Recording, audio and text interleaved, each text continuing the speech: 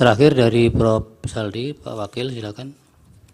Terima kasih Pak Ketua. Tadi kalau yang mulia Pak Daniel mengatakan sisa-sisanya, saya lebih sisanya lagi. Jangan-jangan nggak ada sisanya yang mau saya tanyakan ini.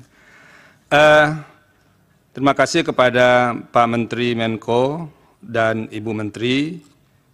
Saya lebih banyak mengaitkan ini dengan permohonan kedua pemohon ini, baik permohonan nomor 1 maupun permohonan nomor 2. Ini Bu Menteri, Pak Menko, ini ada salah satu tabel yang di kedua permohonan itu sebetulnya ada, yang mencantumkan list perjalanan presiden. Ini karena dua permohonan ini lebih banyak bergeraknya ke presiden ini sebetulnya. Karena dalilnya bertumpu di sini. Jadi kami harus menanyakan, apa sih kira-kira yang jadi pertimbangan presiden memilih misalnya ke Jawa Tengah itu lebih banyak kunjungannya dibandingkan ke tempat lain. Ini yang berkaitan dengan kunjungan yang ada pendistribusian bansosnya. Nah, itu yang didalilkan oleh pemohon. Nah, kalau ini kami bisa dibantu menjelaskannya, itu akan lebih mudah kami, apakah yang didalilkan pemohon itu bisa dibenarkan atau tidak. Nah, tolong kita dibantu ini oleh 4 menteri ini berkaitan dengan ini. Itu yang pertama. Masih berkaitan dengan peta ini, kira-kira ini alokasi dana yang dibawa untuk kunjungan-kunjungan presiden itu yang dari mana saja? Pak Menko dan Ibu Menteri, ini satu yang terkait langsung dengan permohonan yang diajukan oleh kedua pemohon. Yang kedua, ini kan sering dilakukan pertemuan ya, Pak Menko tadi bilang, Pak Menko PMK maupun Menko Perekonomian, sering dilakukan pertemuan.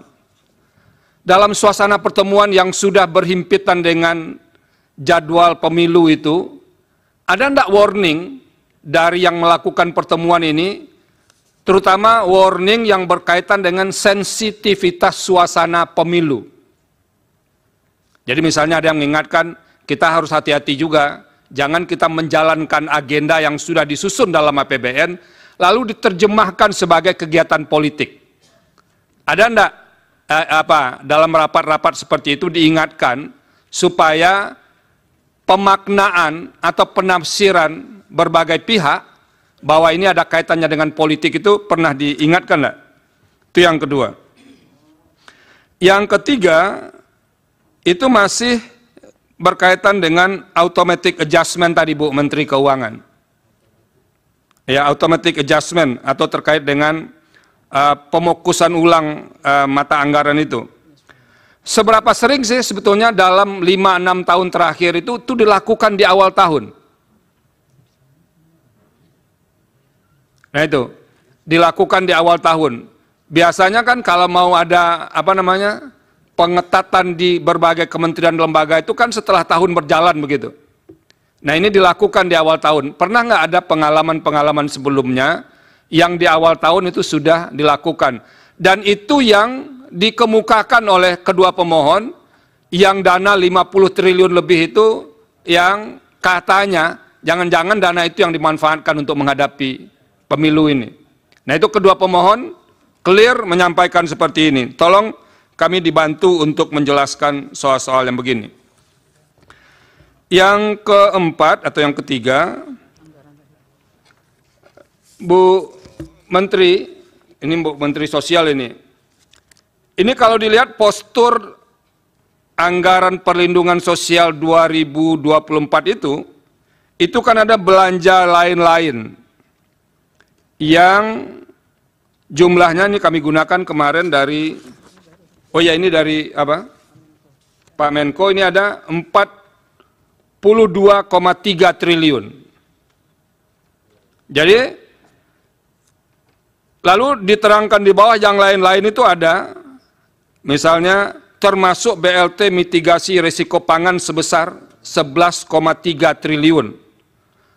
Ini bagaimana menjelaskan korelasi angka 11,3 triliun itu dengan mitigasi BLT El Nino itu yang jumlahnya 7,5 triliun.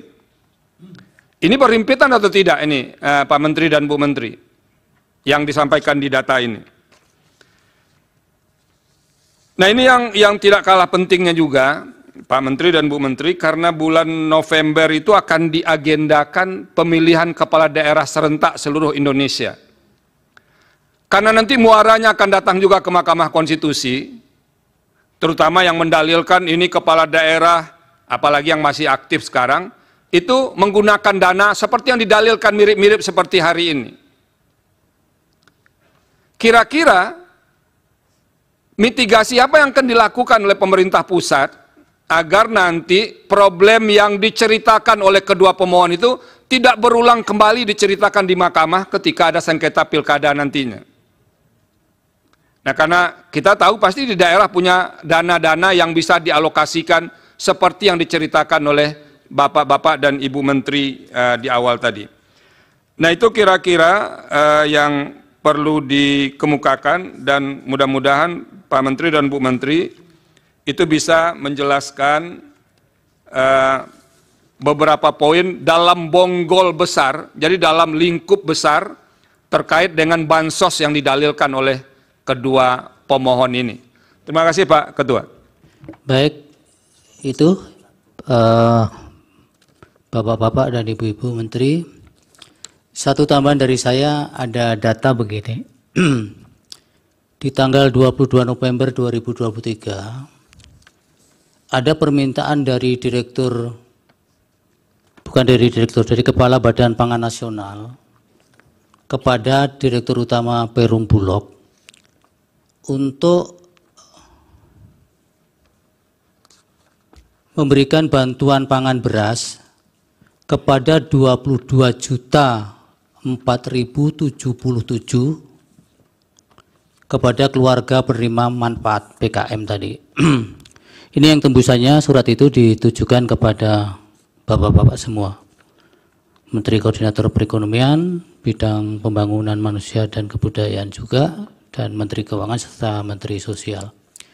Nah, pertanyaan saya, apakah ini yang dimaksud bagian dari antisipasi El Nino tadi, ataukah ini model lain lagi ini? Nah, kemudian kalau ini benar, sejauh mana ini sudah direalisasikan dan siapa pihak yang kemudian melakukan pencairan itu? Karena ini di sini juga di surat ini dijelaskan bahwa untuk jangka waktu 6 bulan terhitung sejak Januari 2024. Sejauh mana realisasinya, kemudian siapa kemudian sebagai eksekutornya ketika bagian-bagian yang dimohonkan itu kemudian dilaksanakan. Mau nanti bisa direspon, dan kemudian untuk semuanya mungkin apakah ini waktunya sudah menjelang mau sholat Jumat, apakah kita skorsing dulu? Ya, kami sepakat untuk men-skorsing sidang ini sehingga nanti habis sholat Jumat baru para bapak-bapak dan ibu-ibu bisa merespon ini, dan mudah-mudahan juga bisa ada waktu untuk mempersiapkan jawaban-jawabannya. Itu, jadi untuk mempersiapkan